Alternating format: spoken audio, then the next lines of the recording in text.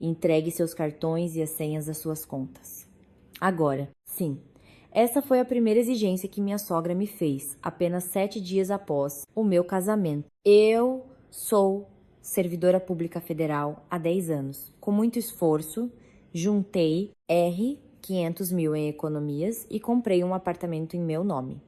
Mas, para a mãe do meu marido, a tradição da família era que os mais velhos administrassem as finanças. Ela exigiu que eu entregasse todo o meu patrimônio. A Patrícia também entregou as contas dela? Perguntei. O rosto da minha sogra se fechou instantaneamente. A Patrícia é da família. Você ainda é uma estranha. Busquei ajuda no olhar do meu marido. Amor, minha mãe tem razão. É melhor entregar. Meu marido nunca, nem uma única vez, ficou do meu lado. Naquela noite, eu fiz minhas malas. Se você sair por essa porta, nunca mais pense em botar a cara aqui. O grito da minha sogra ecoou às minhas costas enquanto eu caminhava para a chuva. No dia seguinte, havia 99 chamadas perdidas do meu marido. E então descobri um fato chocante. Um empréstimo de 500 mil em meu nome já havia sido transferido para a conta do meu cunhado, meses antes do casamento. A família do meu marido reuniu os parentes para me pressionar, mas desta vez era a minha vez de falar. Tio Afonso, antes de decidirmos quem deve pedir desculpas a quem, por favor, dê uma olhada nisto. Os documentos que eu apresentei continham o histórico de dívidas do meu cunhado, um total de 3 milhões de reais. E naquele dia eu também descobriria o segredo chocante que aquela família escondeu por 32 anos. O que realmente estava acontecendo naquela casa? Antes de começar a história, se puder, curta e comente de qual cidade você está lendo. Desejo que a felicidade encontre o seu caminho onde quer que você esteja. Era uma noite de sábado, exatamente uma semana após a cerimônia de casamento. Júlia estava na sala de estar da casa de seus sogros, onde toda a família se reunira para o jantar. A sogra, Dona Sônia, havia preparado pessoalmente uma moqueca capixaba e um lombo assado que perfumavam a casa inteira. Como a nova nora, Júlia elogiava cada garfada, dizendo o quão deliciosa estava a comida. Dona Sônia sorria, visivelmente satisfeita. Depois que o jantar terminou e a louça foi lavada, a sogra chamou Júlia para se sentar no sofá da sala. O marido de Júlia, Ricardo, estava sentado no chão, assistindo a um reality show na televisão. O cunhado, Marcelo, e a esposa dele, Patrícia, também estavam lá, cada um mexendo em seu celular. Dona Sônia pousou uma xícara de café na mesinha de centro e começou a falar. Júlia, querida, na nossa família é tradição que os mais velhos cuidem das finanças da casa. É para manter tudo organizado. Júlia inclinou a cabeça, sem entender aonde a conversa levaria. A frase seguinte, de sua sogra, a deixou de olhos arregalados. Então você vai me entregar seus cartões do banco e as senhas das suas contas para que eu possa administrar. Um silêncio súbito tomou conta da sala. Apenas o som das risadas vindas da TV quebravam a quietude. Júlia não conseguia acreditar no que estava ouvindo. Casada há apenas uma semana e já tinha que entregar todo o controle de seu dinheiro. Com um sorriso forçado, ela perguntou: Dona Sônia, a Patrícia também entregou as contas dela? A expressão da sogra endureceu por um instante, mas ela logo recuperou um sorriso suave. A Patrícia é freelancer, querida. A renda dela varia muito, não tem muito o que administrar, mas você é servidora federal, é diferente. Júlia sentiu um calafrio na espinha. Algo parecia terrivelmente injusto, mas, como recém-chegada à família, sentia que era difícil contestar abertamente. Ela olhou para o marido. Ricardo continuava com os olhos fixos na TV, de boca fechada. Ninguém a defendeu. Júlia respirou fundo, tentando manter a calma. Não queria começar uma briga ali. Ainda estamos em lua de mel, pensou. Vou ter um pouco de paciência. Sogra, eu preciso pensar um pouco sobre isso. Os olhos de Dona Sônia se estreitaram levemente, mas ela não insistiu. Claro, pense com calma. Um silêncio constrangedor se instalou. Júlia se levantou e foi ao banheiro. Parada em frente ao espelho, lavou o rosto com água fria. Sua imagem refletida parecia pálida. Ela não entendia por que seu coração estava tão pesado. Ao sair do banheiro, Júlia parou para observar as fotos nas paredes do corredor. Os porta-retratos cobriam quase todo o espaço. Havia fotos do aniversário de um ano de Marcelo, de sua formatura no ensino fundamental, do dia em que se alistou no exército, fotos de viagens em família. Havia uma quantidade notável de fotos de Dona Sônia com Marcelo, mas algo estava estranho. Não havia uma única foto de seu marido, Ricardo. Eles eram irmãos. Por que apenas as fotos do mais novo estavam ali? Júlia voltou para a sala e com cautela perguntou à sogra. Dona Sônia, onde estão as fotos do Ricardo de quando ele era criança? O rosto da sogra se contraiu. Ela largou o controle remoto no sofá e disse: Perdemos tudo na última mudança. Sua voz estava mais dura que o normal. Júlia queria perguntar mais, mas o olhar gélido de Dona Sônia fez calar a boca. Decidiu deixar o assunto morrer. A noite avançou. Antes de ir para a cama, Júlia passou pelo corredor para ir ao banheiro novamente. Foi quando ouviu uma voz vindo da varanda. Era Marcelo. Ele falava baixo ao telefone. A gente pode usar o nome da minha cunhada, só espera um pouco, já vai se resolver. Júlia parou onde estava. No nome da minha cunhada, ela tinha certeza de que ele estava falando dela. Seu coração deu um pulo. Naquele momento, Marcelo se virou. Seus olhos se encontraram com os de Júlia, e ele desligou o telefone às pressas, com um sorriso sem graça no rosto. Ah, cunhada, que susto! Eu estava falando de negócios com um amigo. O sorriso de Marcelo parecia forçado. Júlia sentiu um aperto no peito, mas tentou ignorar. Estava casada há apenas uma semana. Não era bom desconfiar da família. Ela disse, a si mesma que estava sendo paranoica. Ah, sim, trabalhando até tarde, hein? Júlia forçou um sorriso e foi para o banheiro. Fechou a porta e sentou-se na tampa do vaso sanitário. Seu coração batia acelerado. As palavras de Marcelo ecoavam em sua mente. Usar o nome da minha cunhada. Já vai se resolver. O que aquilo significava? Júlia balançou a cabeça. Tô pensando demais. É o estresse do começo do casamento. Naquela noite, Júlia não conseguiu dormir. A imagem de seu marido dormindo ao seu lado, roncando suavemente, parecia a de um estranho. Casada há apenas uma semana, por que já se sentia tão sozinha? A luz da lua entrava timidamente pela janela. Olhando para o teto, ela soltou um suspiro. Vai ficar tudo bem. Vai dar tudo certo. Era nisso que ela queria acreditar. Alguns dias se passaram, mas a inquietação de Júlia não diminuiu. A conversa de Marcelo na varanda continuava a atormentá-la. Ela não conseguia entender o que usar o nome da cunhada poderia significar. Finalmente decidiu perguntar sutilmente ao marido, depois do jantar, quando os dois estavam sozinhos no quarto. Júlia, deitada ao lado de Ricardo na cama, começou com cautela. Amor, o que o Marcelo anda fazendo da vida? Outro dia eu o vi no telefone até tarde. Ricardo respondeu, sem tirar os olhos do celular. Ele está planejando uma startup. Anda se encontrando com investidores, essas coisas. Não é nada demais. Sua voz era indiferente. Júlia queria insistir, mas a atitude de enfado do marido a fez recuar. Sentiu que seria incômodo se intrometer nos assuntos do cunhado. Na noite seguinte, durante o jantar, a família estava reunida à mesa. A sopa de feijão que Dona Sônia preparara cheirava maravilhosamente bem. Júlia pegou a colher em silêncio. De repente, a sogra quebrou o silêncio. E então, Júlia, já pensou sobre as contas? A mão de Júlia parou no ar. Sentiu um nó na garganta. Dona Sônia sorria, mas seu olhar era afiado. Eu prefiro administrar meu próprio salário, sogra. Posso contribuir com as despesas da casa, claro. O rosto de Dona Sônia se fechou. Ela bateu a colher na mesa com força. Se você é uma nora desta casa, tem que seguir as nossas regras. Por que está sempre criando caso? A atmosfera na mesa ficou tensa. Ricardo baixou a cabeça e continuou comendo, em silêncio. Marcelo fingia não ouvir, concentrado no celular. Foi quando a cunhada, Patrícia, interveio. Sua voz era suave, mas soava falsa para Júlia. Júlia, é mais fácil se você simplesmente entregar. A sogra cuida de tudo. No começo, eu também achei estranho, mas agora acho muito mais prático. Júlia olhou para Patrícia.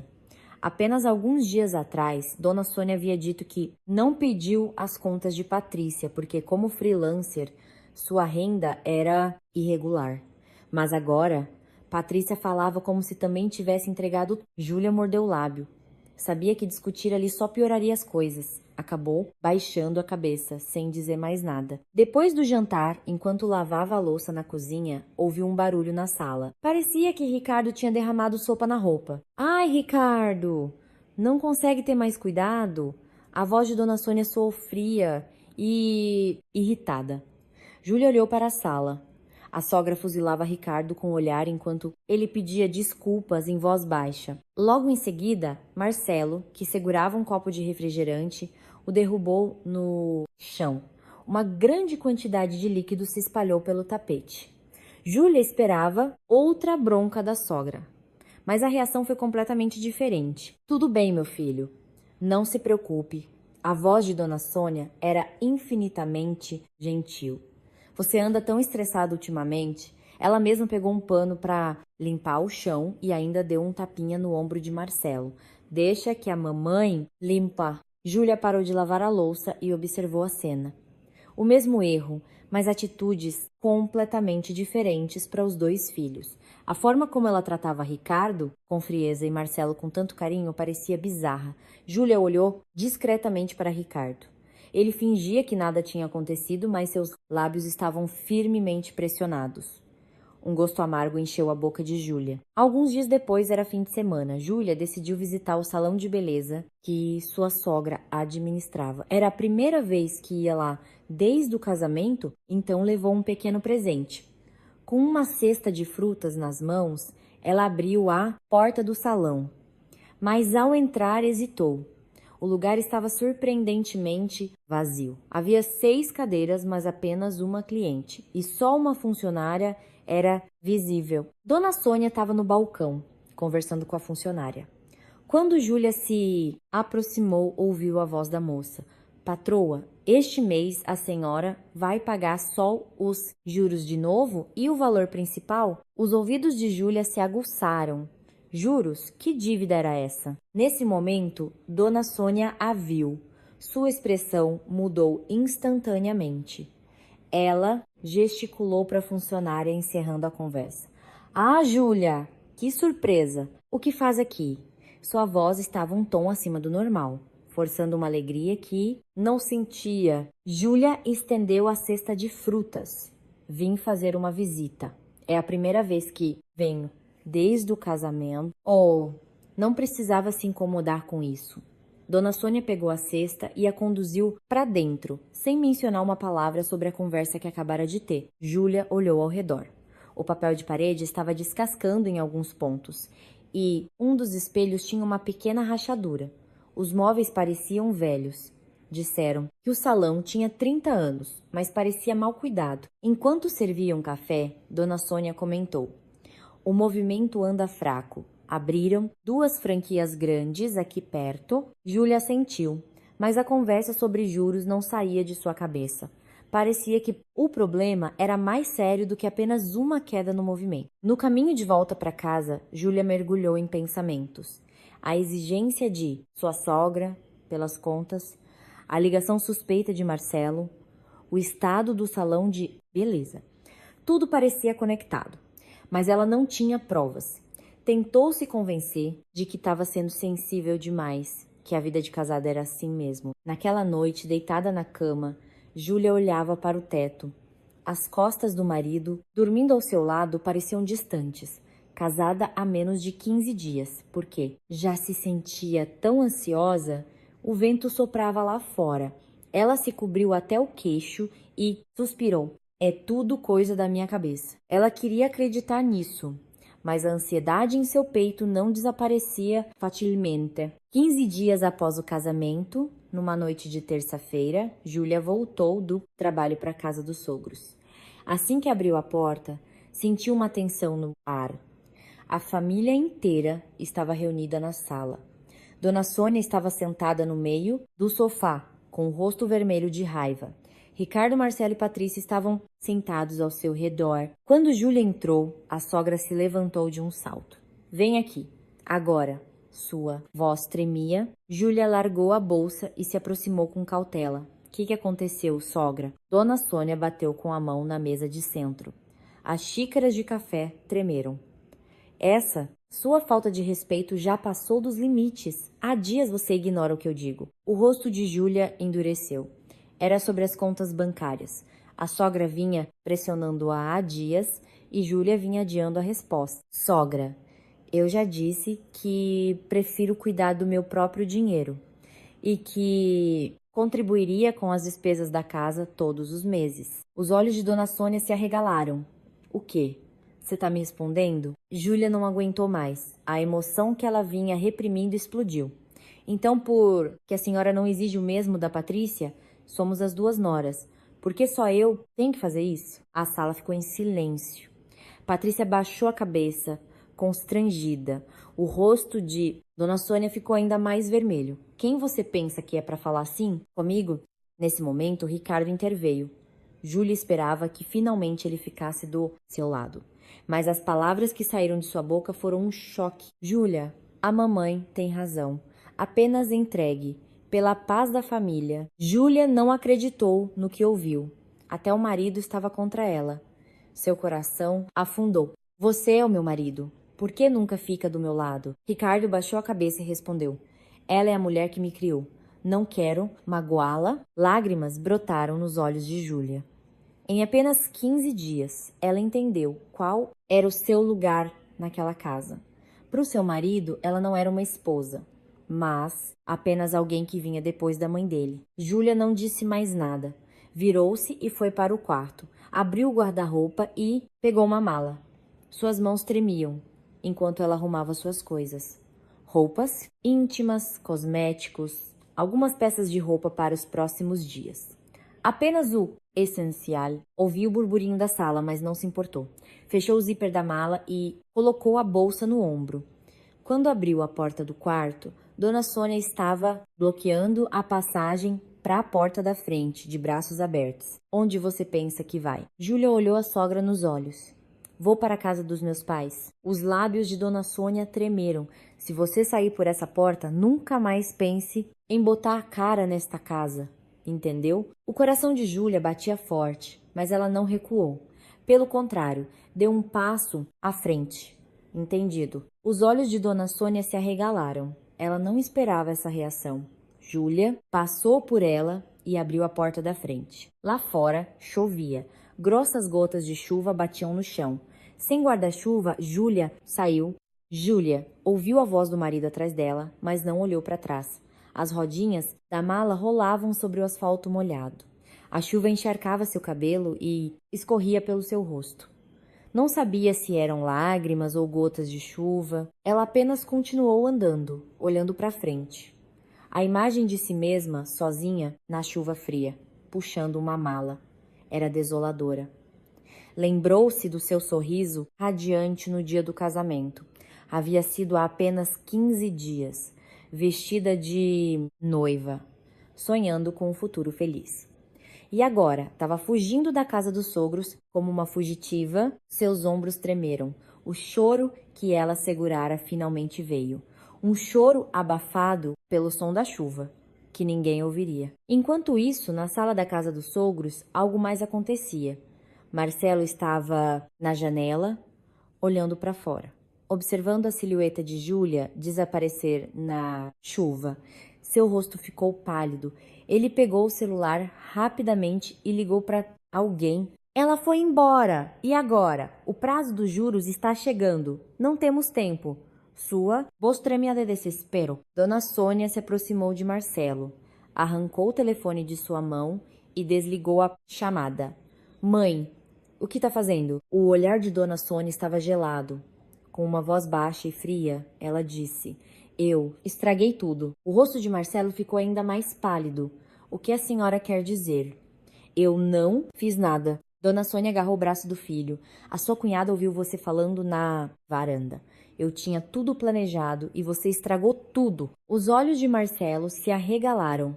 Dona Sônia cerrou os dentes e olhou para a chuva que caía cada vez mais forte lá fora. Temos que trazer lá de volta de qualquer jeito. Sem as contas daquela mulher, estamos todos acabados. A voz de Dona Sônia era um rosnado baixo. Um silêncio pesado, misturado ao som da chuva, pairou sobre a sala. A imagem de Júlia já havia desaparecido completamente na escuridão. Dona Sônia e Marcelo escondiam algo, e o segredo deles era muito maior do que Júlia poderia imaginar.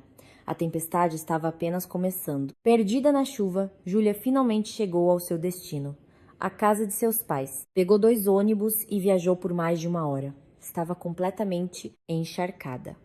As rodinhas de sua mala estavam sujas de lama e a água escorria de seu cabelo. Parada em frente à porta, hesitou em tocar a campainha.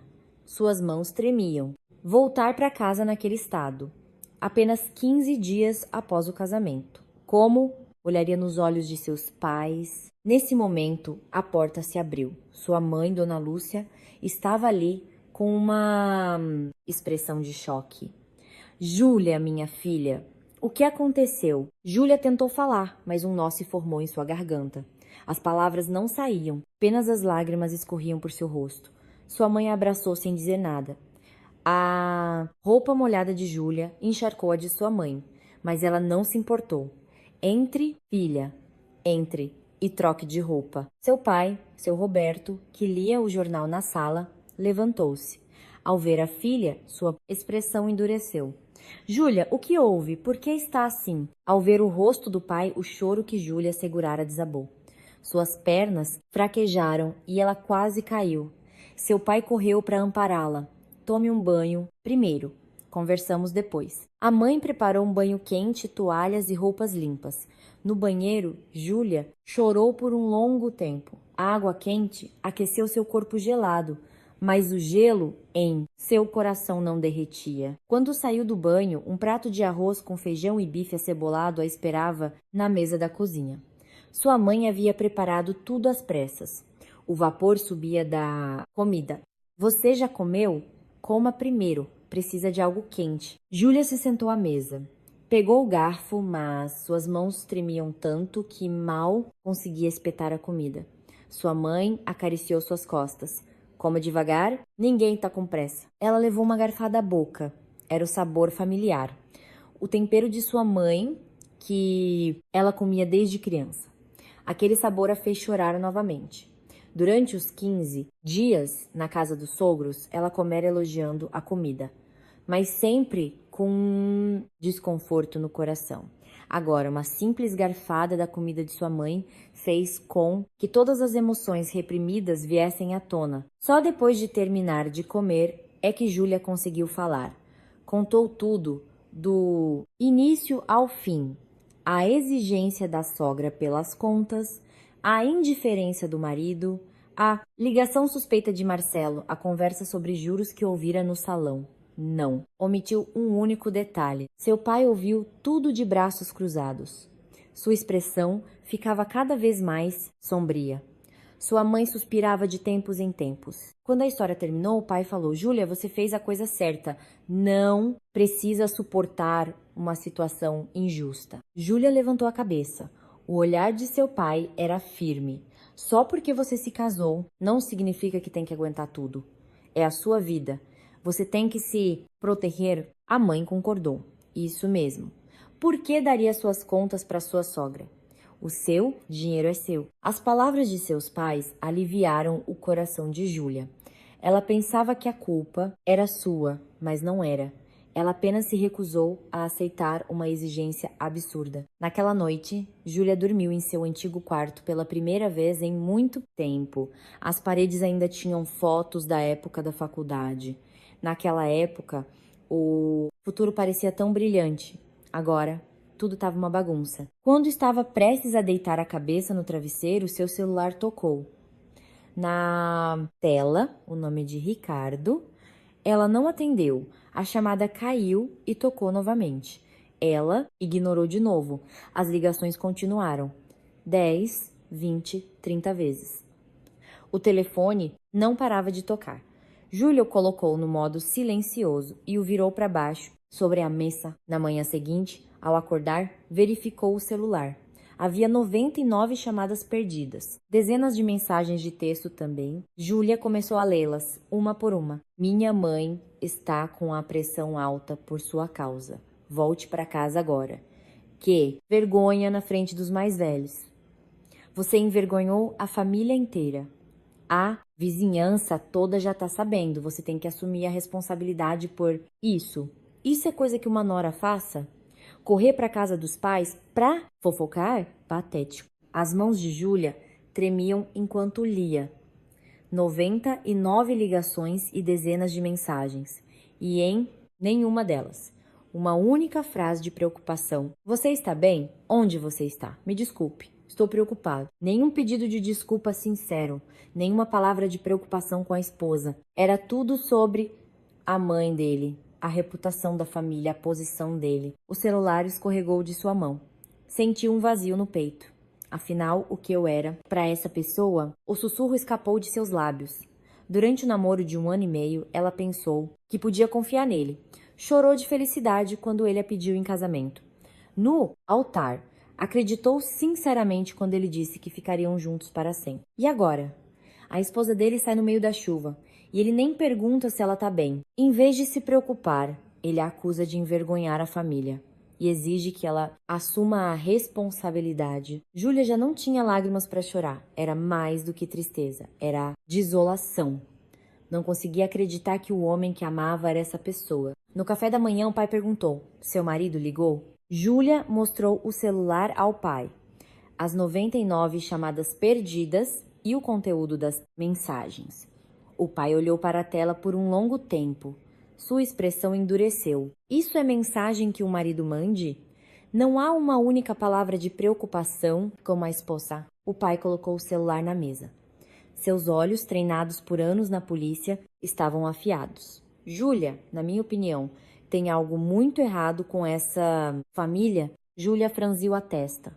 O que o senhor quer dizer? O pai cruzou os braços. A exigência pelas contas foi muito repentina e desesperada. Pedir isso a uma nora, 1 semana depois do casamento, de forma tão agressiva, não é algo que uma família normal faria. As palavras do pai fizeram Júlia pensar. Realmente, a atitude da sogra foi estranha. E aquela conversa que você ouviu, usar o nome da cunhada. Não sei o que é, mas eles parecem pessoas acuadas, desesperadas. O olhar de seu pai era sério. Eu vou investigar. Posso pedir ajuda a alguns ex-colegas. Vamos descobrir alguma coisa. Júlia sentiu, mas ao mesmo tempo sentiu medo. Será que a família de seu marido realmente escondia um segredo? Havia algo que ela não sabia? Naquela noite, Júlia desligou o celular. Não queria mais ver as mensagens de Ricardo. Quanto mais lia, mais seu coração doía. Deitada na cama, olhava para o teto. As palavras de Marcelo na varanda ecoavam em sua mente. Usar o nome da cunhada, já vai se resolver. O que aquilo significava? O que fariam em nome dela? E as palavras de Dona Sônia para Marcelo também voltaram à sua mente. Eu tinha tudo planejado e você estragou tudo. Planejado? Que plano era esse? Será que eles a tinham como alvo desde o início? Júlia se cobriu até o queixo. Sentiu um calafrio. Não era apenas pelo frio. Uma ansiedade inexplicável a envolveu. Naquela noite ela não dormiu. Se fechasse os olhos, viu o olhar frio de sua sogra. A imagem indiferente de seu marido passava por sua mente. E a conversa suspeita de Marcelo ecoava em seus ouvidos. Só conseguiu pegar no sono quando o dia já estava amanhecendo. Mas foi um sono leve. Em seus sonhos, a família de seu marido a perseguia. A tempestade havia passado, mas a verdadeira tempestade ainda não havia chegado. Júlia ainda não sabia o quão chocante era a verdade que a esperava. No quarto dia em sua casa, Júlia continuava ansiosa. As palavras de Marcelo não saíam de sua cabeça. Usar o nome da minha cunhada. O que poderia ser? Após o café da manhã, ela foi para o quarto e fechou a porta. Sentada na cama, pegou o celular. Seus dedos tremiam. Tinha um pressentimento de que algo estava muito errado. Júlia abriu o aplicativo de seu banco. Clicou na opção Consultar informações de crédito. Usou sua senha para se autenticar e esperou. Após alguns segundos, a tela mudou. Júlia não acreditou no que via. Seu coração despencou. Empréstimo pessoal R 500.000,00. Data da contratação 9 meses atrás. Júlia segurou o celular com as duas mãos, que tremiam incontrolavelmente. Ela nunca havia solicitado um empréstimo. Nunca. Mas R 500 mil? O que é isso? Eu nunca pedi um empréstimo, murmurou para si mesma. Sua mente ficou em branco. Mal conseguia respirar. Com as mãos trêmulas, ligou para sua amiga de faculdade, Camila. Camila trabalhava na área de análise de crédito de um grande banco. O telefone tocou 3 vezes antes de ela atender. Alô, Júlia, quanto tempo? Tudo bem? Com a voz embargada, Júlia disse: Camila, preciso de um favor urgente. Você pode verificar minhas informações de crédito? Apareceu um empréstimo no meu nome que eu nunca fiz. Do outro lado da linha, a voz de Camila ficou séria. O quê? Espera aí, vou verificar. Me passa seu CPF. Júlia ditou os números. Ouviu o som de um teclado. Momentos depois, a voz de Camila voltou. Júlia, isso foi um empréstimo digital, feito há 9 meses.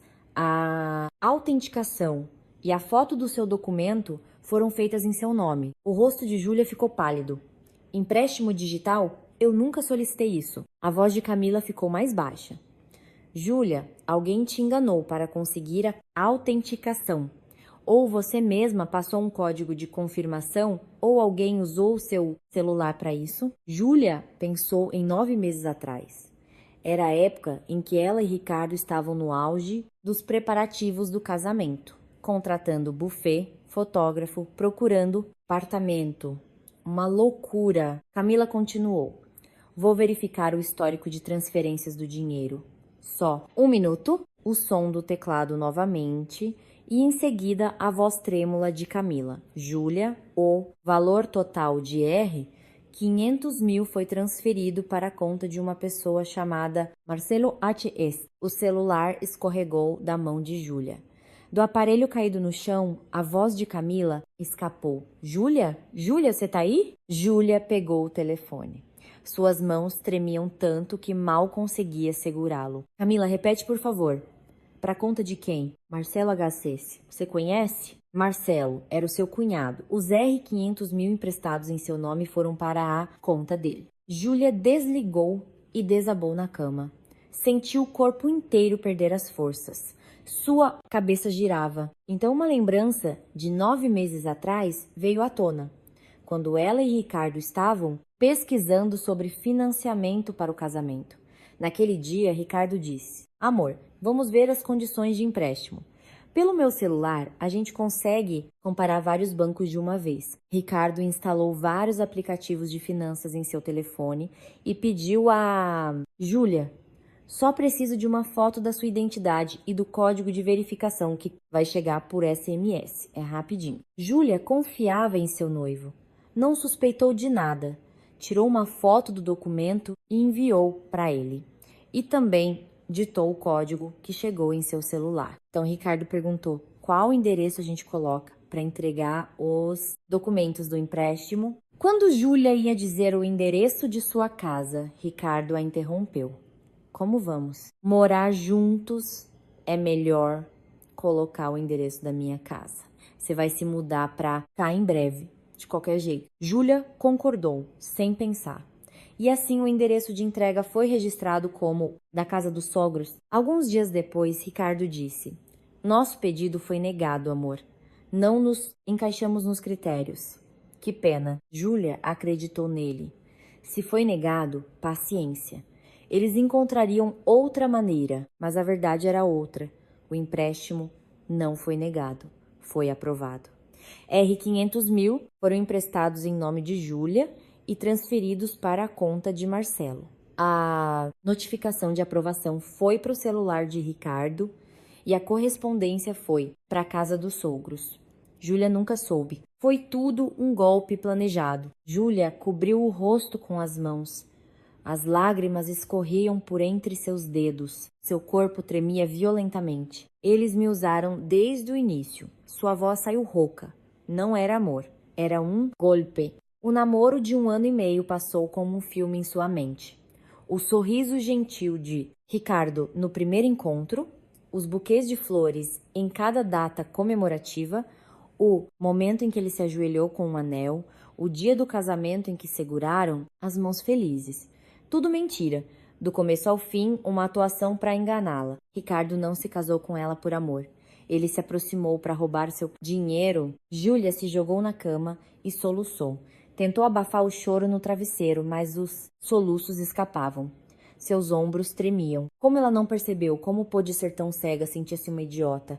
Enganada por palavras de amor. Ela não só perdeu suas economias, como agora estava endividada. R$ 500 mil. Como servidora pública, levaria mais de 10 anos para pagar. E esse dinheiro, sem que ela soubesse, foi parar no bolso do cunhado. Depois de chorar por um longo tempo, Júlia levantou a cabeça. Seus olhos estavam inchados. Sua imagem no espelho era de pura miséria. Nesse momento, alguém bateu na porta. Júlia, tá tudo bem? Era a voz de sua mãe. Júlia enxugou as lágrimas rapidamente. Sim, mãe, tudo bem. Só um minuto. Lavou o rosto na pia e saiu do quarto. Mas não conseguiu esconder os olhos inchados. Ao ver o rosto de Júlia, a expressão de sua mãe se fechou. O que houve? Por que você estava chorando? Júlia não podia mais esconder. Contou aos pais o que acabara de descobrir. A história do empréstimo de R. 500 mil. O dinheiro transferido para a conta de Marcelo. A forma como Ricardo a enganou 9 meses antes. Tudo. O rosto de seu pai ficou vermelho de raiva. Ele cerrou os punhos. Esses canalhas. Eles miraram na nossa filha desde o começo. Sua mãe, com os olhos marejados, abraçou Júlia. Minha filha, quanto você deve ter sofrido. Meu Deus, meu Deus. O pai se levantou de um salto. Não podemos ficar parados. Temos que ir à polícia agora mesmo. Júlia segurou o braço do pai. Pai, espere. Primeiro precisamos de mais provas. Se denunciarmos agora, eles podem negar tudo. 10 anos no serviço público não foram em vão. Mesmo em choque, Júlia não perdeu a razão. Sua natureza metódica e principista brilhava nesses momentos. Vou pedir para Camila emitir oficialmente os contratos do empréstimo e os comprovantes de transferência. E vou salvar todas as conversas que tive com Ricardo. O pai assentiu. Certo, as provas são cruciais. Vamos nos preparar para que eles não tenham como escapar. Júlia pegou o celular.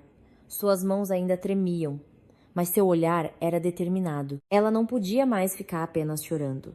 Tinha que revidar na mesma moeda, ou com juros. Júlia ligou novamente para Camila e pediu a emissão oficial de todos os documentos do empréstimo e dos comprovantes de transferência. Camila prontamente concordou em ajudar. Depois de desligar, Júlia olhou pela janela. O céu estava limpo. A tempestade de alguns dias atrás parecia uma mentira. Pode esperar, eu não vou aceitar isso calada. A voz de Júlia era baixa, mas firme. Em seus olhos não havia mais lágrimas, mas determinação. A guerra estava apenas começando. Alguns dias após Júlia descobrir a fraude do empréstimo, seu pai, seu Roberto, não ficou parado.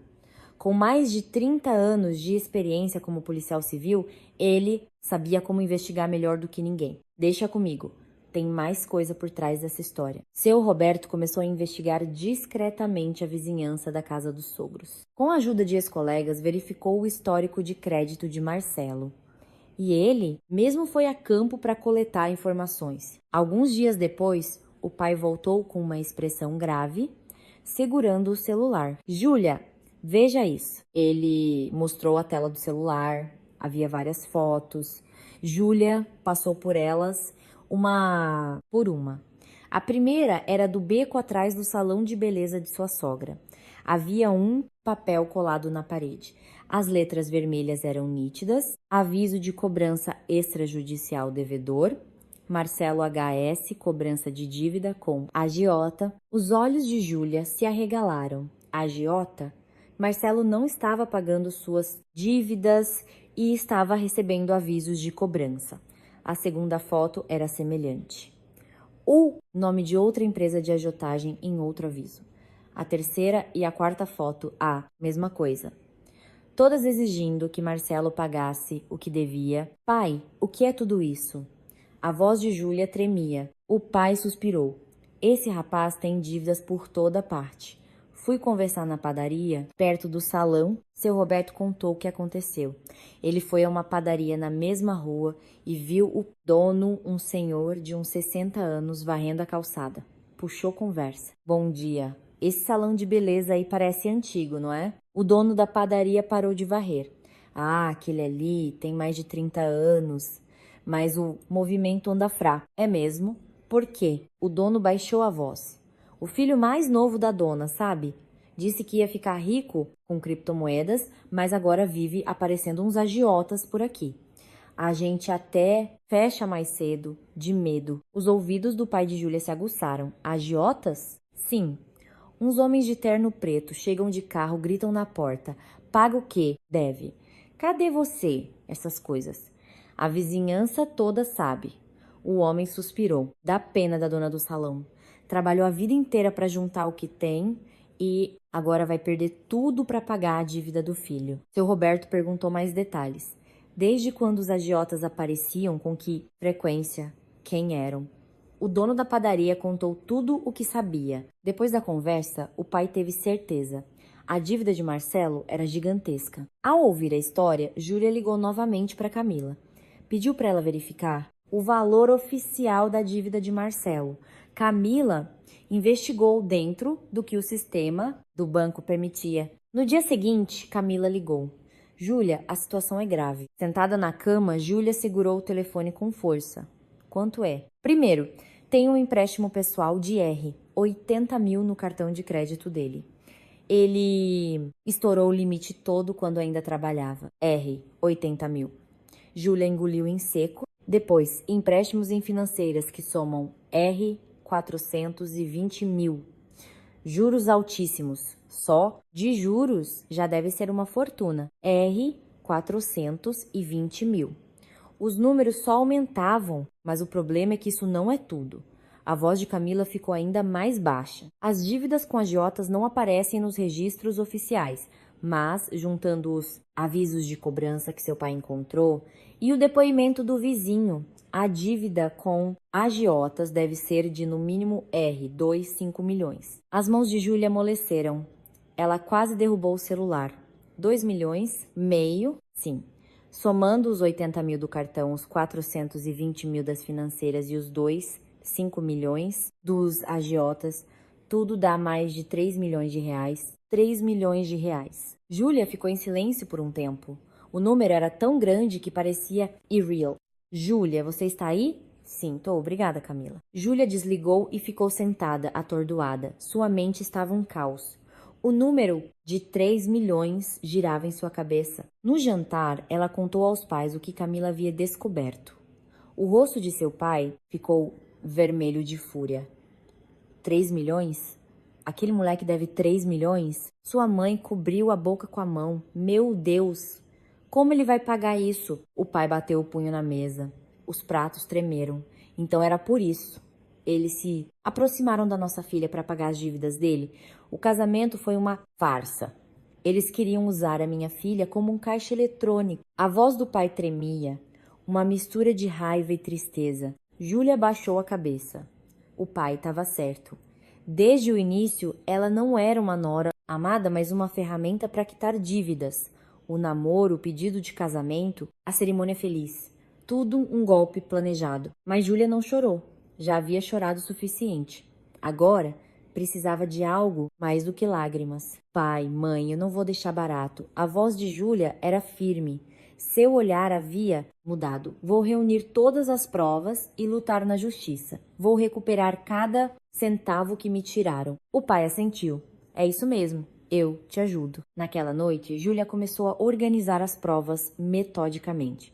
Seus 10 anos de experiência no serviço público foram úteis. Organizar documentos era sua especialidade. Primeiro, imprimiu os contratos do empréstimo e os comprovantes de transferência que Camila havia enviado. Datas, valores, contas de destino, tudo estava claro. Em seguida, organizou as fotos dos avisos de cobrança que o pai tirou por data e por agiota.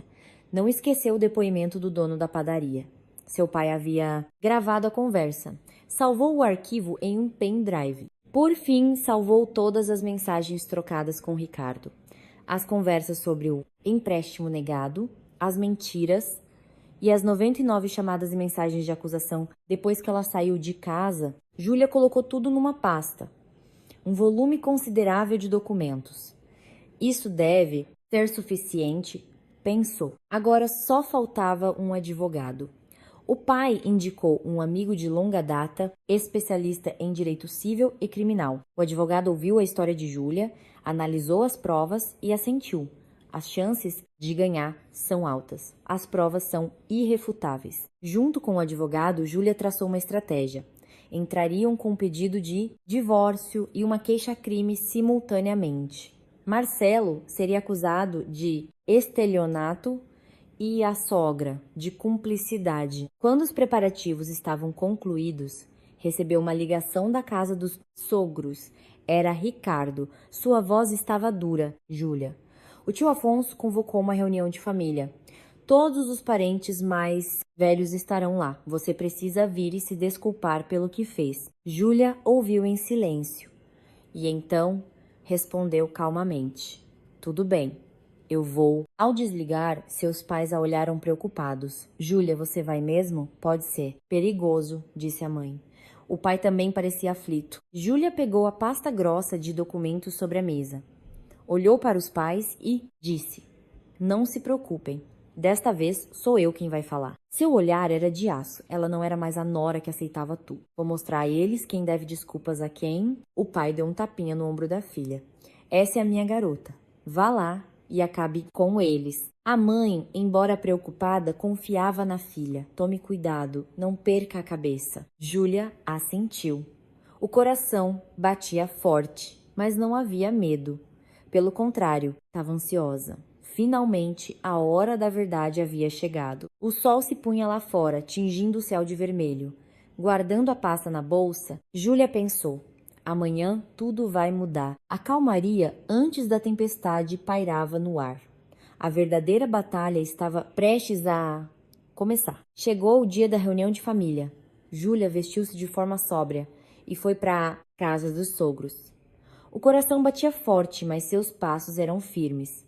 A pasta de documentos em suas mãos lhe dava força. Ao abrir a porta, a sala de estar se revelou. Sofás e cadeiras estavam dispostos em círculo com mais de 10 parentes sentados. A atmosfera era pesada. No centro estava o tio-avô, Afonso, um homem de mais de 70 anos, mas com um olhar penetrante. Um empresário aposentado que ainda impunha respeito. Dona Sônia estava ao lado dele, com os olhos vermelhos e inchados, como se tivesse chorado por horas. Ricardo estava encolhido em um canto, de cabeça baixa. Marcelo não estava em lugar nenhum. Quando Júlia entrou, todos os olhares se voltaram para ela. Eram olhares frios, de reprovação. Ouviu-se um murmúrio: é essa nora. Ouvi dizer que fugiu de casa 15 dias depois de casar. Esses jovens de hoje não têm respeito por nada. Júlia manteve a expressão neutra. Caminhou até o centro da sala. O tio Afonso falou com a voz grave e solene. Você é a Júlia? Sim, tio Afonso. Sente-se. Júlia sentou-se em uma cadeira vazia, com a pasta de documentos no colo. O tio tossiu e continuou.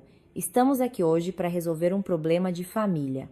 Que história é essa da nora mais velha? Fugir de casa uma semana depois do casamento? Peça desculpas aos mais velhos agora mesmo. Os parentes assentiram, olhando para Júlia com desaprovação. Nesse momento, Dona Sônia, secando os olhos com um lenço, disse com a voz embargada: o que eu fiz de tão errado para ela me tratar assim? Eu só pedi para administrar as contas. E ela fugiu de casa. Não consigo nem dormir à noite. Sua voz tremia, seus olhos marejados. A imagem perfeita de uma vítima. Um dos parentes fuzilou Júlia com um olhar. Que falta de educação! Como ousa responder à sua sogra? Pois é, as noras de hoje não têm mais respeito. Tem que se ajoelhar e pedir perdão. As acusações vinham de todos os lados. Júlia mordeu o lábio, apertando a pasta com tanta força que quase a amassou. Ricardo continuava de cabeça baixa, sem dizer uma palavra para defendê-la. Nem sequer a olhava nos olhos. Júlia se levantou lentamente. O silêncio tomou conta da sala. Todos os olhares se fixaram nela. Tio Afonso e todos os senhores e senhoras presentes. A voz de Júlia não tremia. Era clara e calma. Antes de decidirmos quem deve pedir desculpas a quem, por favor, deem uma olhada nisto. Júlia abriu a pasta. Tirou vários documentos e os espalhou sobre a mesa de centro, em frente ao tio-avô. O que é isso? Perguntou ele, pegando os papéis. Ele semicerrou os olhos e começou a ler. Júlia explicou, com a mesma calma. O primeiro documento é o histórico de dívidas do meu cunhado, Marcelo. Empréstimos em cartão de crédito, R$ 80 mil. Empréstimos em financeiras, R$ 420 mil. Dívidas com agiotas, R$ 2,5 milhões.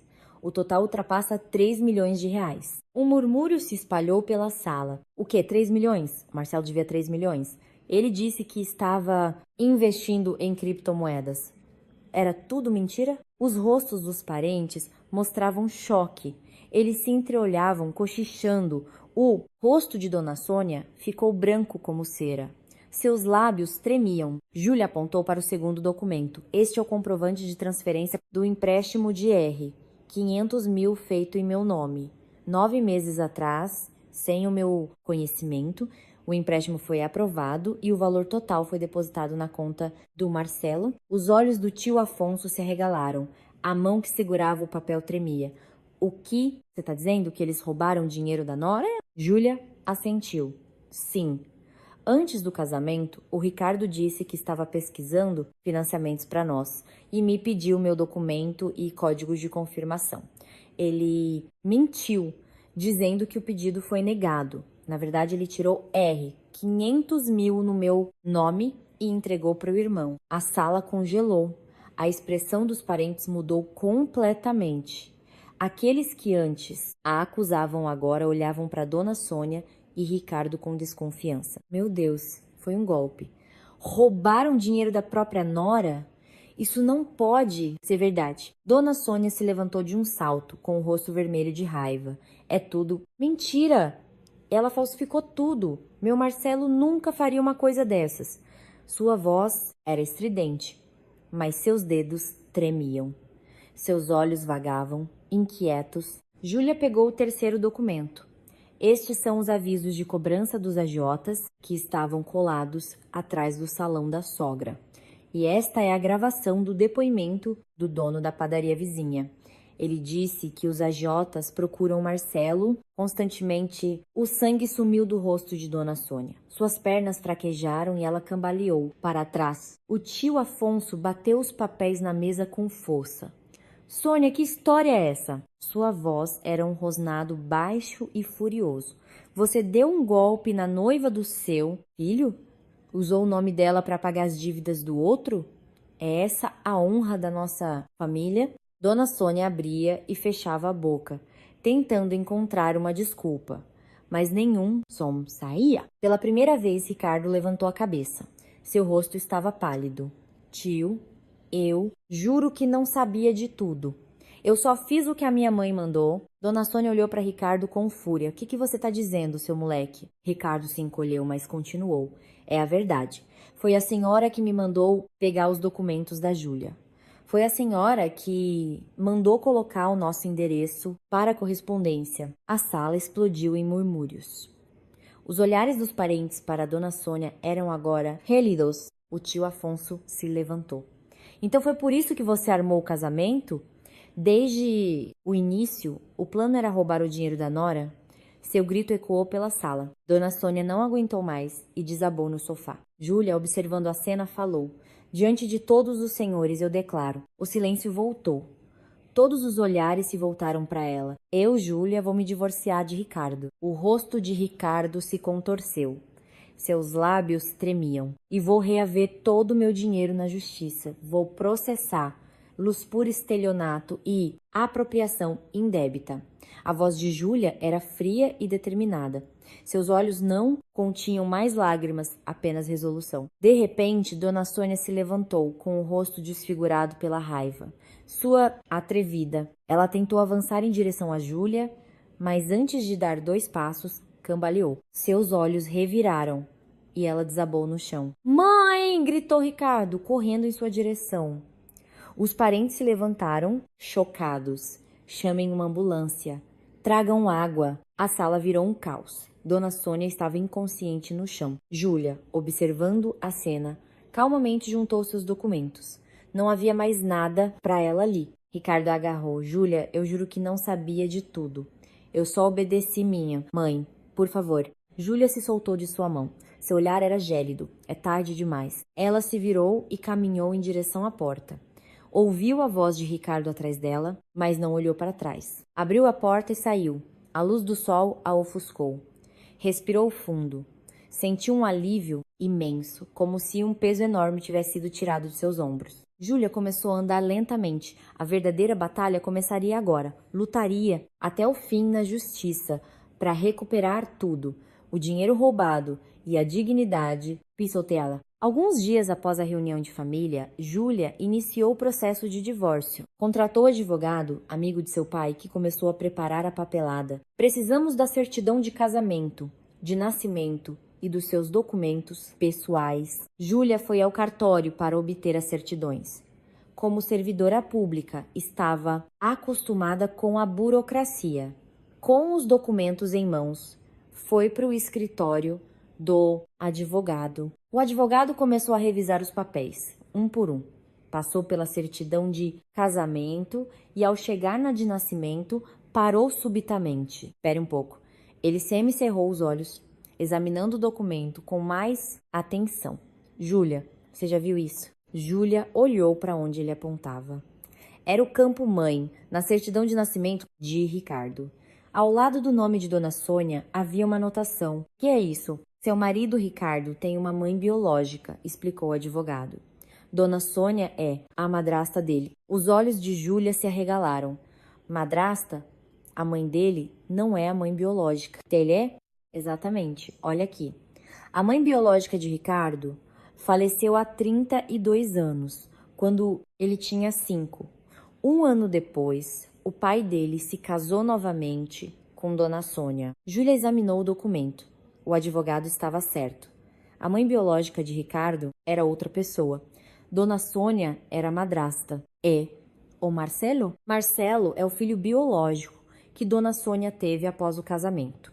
Ricardo e ele são meio-irmãos." A mente de Júlia deu um nó e, de repente, tudo fez sentido. A ausência de fotos de Ricardo na parede. A diferença gritante no tratamento entre os 2 filhos. O fato de Ricardo sempre parecer intimidado e ansioso por agradar a mãe. Tudo se encaixava. Dona Sônia nunca considerou Ricardo como seu filho. Ela amava apenas seu filho biológico, Marcelo, e discriminava o enteado. Por 32 anos, Júlia ficou em silêncio por um longo tempo, absorvendo o choque. De volta para casa, Júlia se trancou no quarto. Sentada na cama, mergulhou em pensamentos. Agora, ela entendia um pouco melhor as atitudes de Ricardo. Perder a mãe aos 5 anos e crescer com uma madrasta deve ter sido incrivelmente difícil. Ele passou a vida inteira buscando aprovação, acreditando que se obedecesse, talvez recebesse amor. Mas isso não perdoava o que ele fez. Não importava a história, enganar a esposa e roubar seu dinheiro era crime. Júlia balançou a cabeça. Não podia se deixar levar pela pena. A decisão já estava tomada. Alguns dias depois, enquanto Júlia jantava com seus pais, a campainha tocou. Sua mãe atendeu. Era Ricardo. Ele parecia muito mais magro, com olheiras profundas. Claramente não vinha comendo ou dormindo bem. "Dona Lúcia, por favor, me deixe falar com a Júlia." A expressão da mãe de Júlia era gélida. "Depois de dar um golpe na minha filha, você tem a coragem de aparecer aqui? Vai embora." Ricardo baixou a cabeça. "Eu errei. Por favor, me dê só mais uma chance." Júlia foi até a porta. "Vê." Lo despertou um misto de raiva e pena. Mãe, tudo bem. Eu falo com ele lá fora. Júlia calçou os chinelos e saiu. Eles caminharam até um banco no jardim do condomínio, sob a luz fraca de um poste. Sentaram-se em silêncio por um tempo. Ricardo foi o primeiro a falar. Eu descobri tudo. Que ela não é minha mãe de verdade. Júlia não se surpreendeu. A família dele devia estar um caos desde a reunião. A voz de Ricardo tremia. Desde criança, eu sentia que algo estava errado. A forma como ela me tratava era tão diferente da forma como tratava o Marcelo. Para ele, nada era demais. Para mim, ela era sempre fria e exigente. Ele continuou, de cabeça baixa. Uma vez, quando éramos pequenos, o Marcelo me disse: Você não saiu da barriga da mamãe. Quem você pensa que é para querer o que é meu? Na época, eu não entendi. Achei que era só birra de irmão mais nova. Júlia ouvia em silêncio. A voz de Ricardo estava embargada. A Sônia, sempre dizia: Ricardo, não mexa nas coisas do seu irmão. Eu sempre tive que ceder. Tudo era para o Marcelo primeiro. Eu ficava com as sobras. Lágrimas brotaram nos olhos de Ricardo. Mas eu queria a aprovação dela. Achei que se eu me esforçasse, ela me amaria também.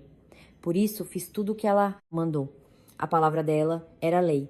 Foram 32 anos assim. Ricardo cobriu o rosto com as mãos. Mas agora eu sei, ela só me usou. A ideia do nosso encontro, o casamento. Tudo foi um plano para pagar as dívidas do Marcelo. Os ombros de Ricardo tremiam. Ele tentava conter o choro, mas as lágrimas escorriam por seu rosto. Eu também sou uma vítima. Fui enganado a vida inteira. Júlia, por favor, me dê mais uma chance. Júlia olhou para ele. Era a imagem de um homem quebrado. Sentiu pena, mas sua decisão estava tomada. Você pode ter sido uma vítima. Eu reconheço isso. A voz de Júlia era calma, mas você era o meu marido. Era a pessoa que deveria me proteger. Ricardo levantou a cabeça, com os olhos molhados de lágrimas. Júlia continuou. Você teve suas chances. Quando sua madrasta exigiu minhas contas, você poderia ter ficado do meu lado. Quando eu saí de casa, você poderia ter me impedido. Nas 99 ligações, você poderia ter perguntado uma única vez se eu estava bem. Lágrimas também se formaram nos olhos de Júlia, mas em todas as vezes você escolheu o lado deles, não o meu. Foi você quem escolheu sua madrasta em vez de sua esposa? O rosto de Ricardo se contorceu. Ele não tinha o que dizer. Me desculpe. De verdade, me desculpe. A culpa é toda minha. Ele se levantou do banco e se ajoelhou na frente de Júlia. Um homem de 37 anos, chorando e ajoelhado em um jardim escuro. Era uma cena patética. Só mais uma chance. Vamos recomeçar. Eu prometo que vou fazer tudo diferente. Júlia se levantou lentamente. Olhando para ele, disse: Esse pedido de desculpas não é para mim que você deve fazê-lo. Ricardo a olhou confuso. Faça-o para sua própria vida. Para as pessoas que te enganaram por 32 anos, não para mim. Júlia se virou para ir embora. Ricardo segurou sua mão. Júlia, por favor. Ela não puxou a mão. Em vez disso, disse calmamente: Ricardo, é verdade que sua história é triste. Perder sua mãe tão jovem e ser maltratado pela madrasta deve ter sido terrível. Júlia soltou sua mão lentamente. Mas isso não é um passe livre para o que você me fez. Você é um adulto. Você podia escolher. E você fez a escolha errada. Ela olhou para ele uma última vez. Não havia mais resquícios de amor em seu olhar. Adeus. Júlia se virou e andou. Ouviu o som do choro de Ricardo, mas não olhou para trás. Sua sombra se estendia longa sob a luz do poste. Antes de entrar no prédio, ela parou e olhou para o céu. Algumas estrelas brilhavam. Uma lágrima escorreu por seu rosto, mas não era de tristeza. Era uma lágrima de libertação. Os sonhos que teve no casamento, o amor que sentiu por Ricardo, a esperança de construir uma família feliz. Era hora de deixar tudo para trás. Júlia enxugou a lágrima e abriu a porta do prédio. Sua mãe a esperava, preocupada. Tá tudo bem? Sim, mãe. Agora, tá tudo bem de verdade. Júlia sorriu. Um sorriso sincero pela primeira vez em muito tempo. O passado havia acabado. Era hora de olhar para frente. O processo de divórcio e a queixa-crime correram simultaneamente. Júlia e seu advogado deram entrada na papelada. Marcelo foi acusado de estelionato e Dona Sônia de cumplicidade. Com provas tão contundentes, o advogado estava confiante. Enquanto isso, a família de Ricardo desmoronava. Com a notícia da queixa-crime, os credores se tornaram ainda mais agressivos. Os donos da dívida de 3 milhões de reais de Marcelo começaram a aparecer na casa dos sogros diariamente. Marcelo, apareça! Pague o que deve. Se você fugir, sua família vai pagar. Os gritos ecoavam pela vizinhança. Os vizinhos começaram a cochichar. A família, que viveu no mesmo bairro por mais de 30 anos, foi completamente humilhada. Dona Sônia, que havia desmaiado na reunião de família, teve sua saúde drasticamente piorada. Sua pressão arterial disparou e ela passou dias no hospital. Quando teve alta, sua vida não voltou ao normal. Não podia sair de casa por causa dos credores. Marcelo se trancou no quarto e não saía para nada. Desligou o celular e se isolou como um animal acuado. Um dia, Júlia estava em seu trabalho na repartição pública, organizando documentos em seu guichê. Era uma tarde tranquila. De repente, a entrada do local se tornou um caos. Ouviu-se um grito. Júlia! Cadê a Júlia? Júlia levantou a cabeça. Seu coração gelou. Era Marcelo. Seus olhos estavam vermelhos, o cabelo despenteado, a aparência de quem não tomava banho há dias. Cunhada, apareça! Marcelo entrou na repartição. As pessoas se afastaram, assustadas. Júlia se levantou. Suas mãos tremiam, mas seu rosto permaneceu firme. Marcelo a viu e caminhou em sua direção. Você arruinou a minha vida. Se você tivesse ficado quieta, nada disso teria acontecido. Sua voz ecoou pelo local. Ele gesticulava, a raiva estampada em seu rosto. Júlia recuou um passo. Marcelo, você sabe onde está? Isso é um órgão público. Saia agora. Sua voz não tremia. Ela falava com a máxima calma possível. Mas Marcelo não parou. Pelo contrário, ficou ainda mais agitado. Órgão público? E daí? A culpa é sua. Ele pegou uma cadeira e a atirou no chão. O barulho foi ensurdecedor. O local virou um pandemônio. Pessoas gritavam e corriam. Marcelo começou a rasgar documentos, derrubou um monitor de computador e deu um soco em uma janela de vidro, quebrando-a. É tudo culpa sua. Se não fosse por você. Ele avançou em direção a Júlia, tentando agarrá-la. Naquele instante, Júlia pegou o celular, apertou o botão de gravação e disse: Marcelo, tudo o que você está fazendo está sendo gravado. Pare agora. Por um momento ele hesitou, mas logo depois gritou novamente. Gravar? E daí? Minha vida já acabou. Ele tentou arrancar o celular da mão dela. No mesmo instante, a porta se abriu e policiais entraram. O segurança da repartição havia chamado a polícia. 2 policiais correram em direção a Marcelo. Parado, mãos para cima. Marcelo resistiu, mas foi dominado e algemado. É tudo culpa dela. Da Júlia, gritava ele, enquanto era levado. O local ficou em silêncio, com cadeiras quebradas e papéis espalhados. Júlia sentiu as pernas fraquejarem e se sentou, amparada por seus colegas. Marcelo foi preso em flagrante. Aos crimes de estelionato foram somados os de dano ao patrimônio público, ameaça e desacato. Com um histórico desses, o juiz decretou sua prisão preventiva. A promotoria pediu 3 anos de reclusão. O julgamento foi rápido. As provas eram irrefutáveis. A família desmoronou de vez. Com a prisão de Marcelo, Dona Sônia sofreu um AVC, acidente vascular cerebral. Foi levada às pressas para o hospital, mas seu estado era grave. O lado direito de seu corpo ficou paralisado. Ela perdeu a capacidade de falar. O salão de beleza foi vendido a preço de banana para pagar parte das dívidas. O lugar ao qual ela dedicou a vida inteira. Ricardo teve que largar o emprego. O salário de analista não era suficiente para cobrir as despesas médicas da mãe e o restante das dívidas. Ele começou a trabalhar como servente de pedreiro em uma obra, carregando sacos de cimento do amanhecer ao anoitecer. O homem que antes usava terno e gravata agora vestia roupas sujas de poeira. Enquanto isso, a cunhada Patrícia mostrou sua verdadeira face. Com a família em ruínas, ela abandonou a farsa de boa moça. Um dia, foi ao hospital visitar a sogra. Olhando para a mulher imóvel na cama, disse friamente: Dona Sônia, eu não tenho mais nada a ver com esta família.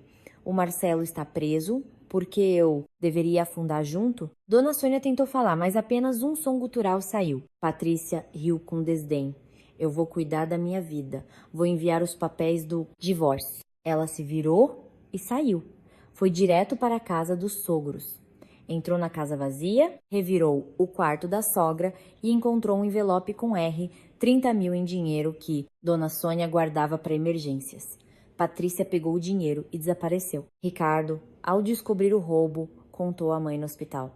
Mãe, a Patrícia fugiu com o dinheiro, seus 30 mil reais. Dona Sônia olhou para o teto e chorou. Seu corpo tremia. A nora que ela tanto mimava, a quem nunca pediu as contas, atraiu e roubou no pior momento. Em contraste, Júlia, a nora que ela humilhou e expulsou, nunca roubou nada. Ela apenas defendeu o que era seu. Um som de lamento escapou dos lábios de Dona Sônia. Eram lágrimas de arrependimento. Mas era tarde demais. A verdadeira nora foi expulsa e a falsa a apunhalou pelas costas. Era o karma. A luz do sol entrava pela janela do quarto do hospital, mas para Dona Sônia, ela não trazia calor, apenas um brilho frio e solitário. As lágrimas de quem perdeu, tudo molhavam o travesseiro. 6 meses de processo judicial terminaram. O divórcio foi finalizado. Júlia desceu as escadas do fórum com a sentença nas mãos. O céu estava limpo. A longa batalha havia chegado ao fim. O julgamento criminal também foi concluído. Marcelo foi condenado a 3 anos de prisão. Dona Sônia e Ricardo, para reduzir a pena, pediram um acordo. O advogado de Júlia a contatou. Eles querem fazer um acordo, oferecem pagar sua parte com dinheiro da venda do salão. Júlia pensou por um momento e concordou. Eu aceito, com uma condição. Quero o valor principal integralmente, mais uma indenização por danos morais. O valor restante, o Ricardo terá que pagar em parcelas, com um termo de confissão de dívida. A família aceitou. Não tinham escolha. O acordo final foi: Júlia recebeu R$ 420 mil do dinheiro da venda do salão, mais R$ 50 mil por danos morais. O restante, R$ 30 mil, Ricardo pagaria em 60 parcelas mensais de R$ 500. Julia viu o valor de R$ 470 mil em sua conta. Faltava pouco, mas ela havia recuperado quase tudo. Suas economias de R$ 500 mil estavam intactas. Foi uma luta difícil, mas ela venceu. 3 anos se passaram. Júlia mudou muito. Foi promovida a chefe de setor na repartição. Liderava uma equipe de 5 pessoas e era uma chefe justa e respeitada. Depois do trabalho, voltava para seu apartamento. Aquele que ela conseguiu proteger. Nos fins de semana, visitava seus pais, uma vida normal e tranquila. A mulher que arrastava uma mala na chuva parecia uma pessoa de outra vida. Nessa época, uma nova pessoa entrou em sua vida. Eduardo, o diretor de uma construtora que frequentemente ia à sua repartição. Ele tinha 41 anos, era alto, de aparência gentil e, acima de tudo, sério e confiável. No início, era apenas profissional, mas, com o tempo, Eduardo começou a demonstrar interesse. Chefe, já almoçou? Conheço um restaurante ótimo aqui, perto. Júlia recusou no início. Tinha medo de se envolver novamente. Mas Eduardo não desistiu. Podemos ir com calma. Eu sei esperar. O interesse dele era genuíno. Ele demonstrava com ações, não com palavras vazias. Depois de 1 ano, Júlia contou a ele toda a sua história. Eduardo ouviu em silêncio, sem julgamento. Quando ela terminou, ele disse: O que você passou foi terrível, mas nada disso foi culpa sua. Pelo contrário, admiro a força que você teve para superar tudo. Eduardo segurou a mão dela. Eu não amo a Júlia do passado. Eu amo a Júlia de agora. E eu estarei ao seu lado. Lágrimas brotaram nos olhos de Júlia. Lágrimas de gratidão e alívio. Após 2 anos de namoro, eles decidiram se casar. Os pais de Júlia o adoravam. Desta vez, é um homem de verdade. Dá para ver que ele ama a nossa filha, disse. Oh pai, O casamento foi uma cerimônia pequena na praia, apenas com a família e amigos próximos.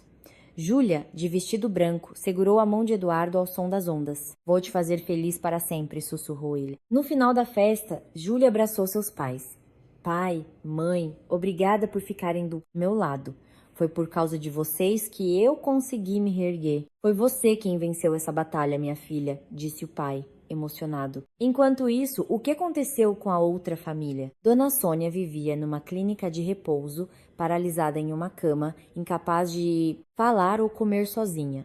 Ninguém a visitava. Marcelo cumpria sua pena na prisão. Ele finalmente entendeu o mal que causou. Escreveu cartas de arrependimento para a mãe, mas ela já não conseguia ler. As cartas se acumulavam, sem destinatário. Ricardo continuava trabalhando em obras para pagar as despesas da mãe e a dívida com Júlia. Um dia ele foi à clínica, mas parou na porta do quarto. Viu a figura frágil e encolhida na cama. A mulher que usou por 32 anos, ele se virou e foi embora, para nunca mais voltar. E Patrícia? Depois de fugir com o dinheiro, ela se envolveu com um homem rico, mas foi abandonada em 6 meses. Corria o boato de que vivia com dificuldades em um pequeno apartamento alugado. O karma alcançou a todos. Após a cerimônia, Júlia e Eduardo caminhavam pela praia. O pôr do sol tingia o mar de dourado. As ondas beijavam seus pés. Eduardo segurou sua mão com força. Vamos para nossa nova vida. Júlia sorriu e assentiu. Vamos. Caminhando de mãos dadas, ela pensou no dia em que saiu na chuva, achando que era o fim, mas não era. Era o começo. Depois da tempestade, o céu sempre fica mais claro. Ela acreditou nisso e venceu. Naquele momento, Júlia era mais feliz do que nunca. O sol poente aquecia suas costas. Uma nova vida estava apenas começando. Se essa história tocou seu coração de alguma forma, sinta-se à vontade para voltar aqui. Se puder, deixe uma mensagem de apoio para nossa protagonista. Suas palavras podem dar a alguém a força para enfrentar o amanhã. Eu torço sinceramente pelo seu hoje e pelo seu amanhã.